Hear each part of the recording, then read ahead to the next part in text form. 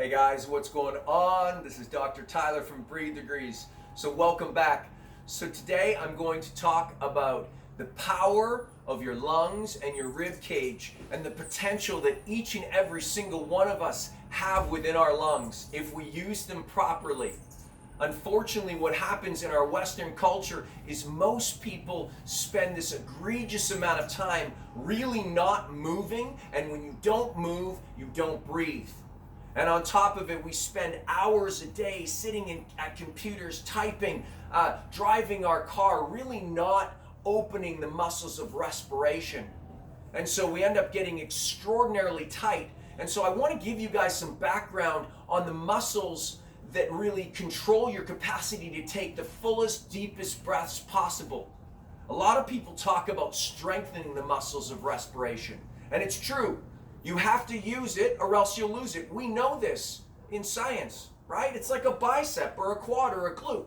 We definitely want to strengthen the muscles of respiration, and some of them really are, it's necessary to do that. But I'm also going to tell you that there are a number of muscles that need to be lengthened in order for you to get a full and complete deep breath. So I'm going to tell you the biggest muscle that actually restricts your capacity to breathe. I think you guys all know this. It's your diaphragm.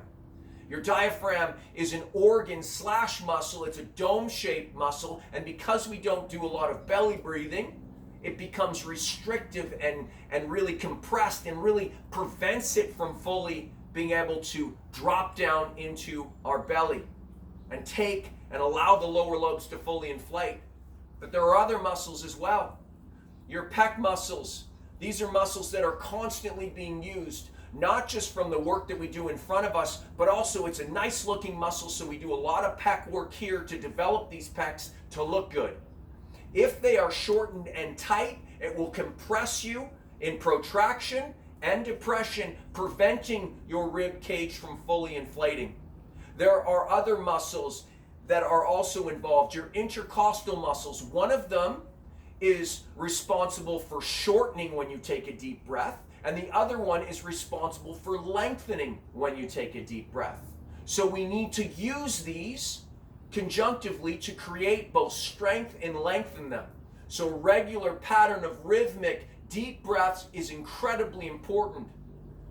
Another structure that we all have a tendency of overusing, we all love the six-pack. We all love to work our core muscles, our rectus abdominis, our transverse abdominis, but really what happens is those muscles shorten, we get the six-pack, it prevents that diaphragm from actually pushing out. Here's what I'm going to tell you. Buddha wasn't fat. Buddha had a big diaphragm.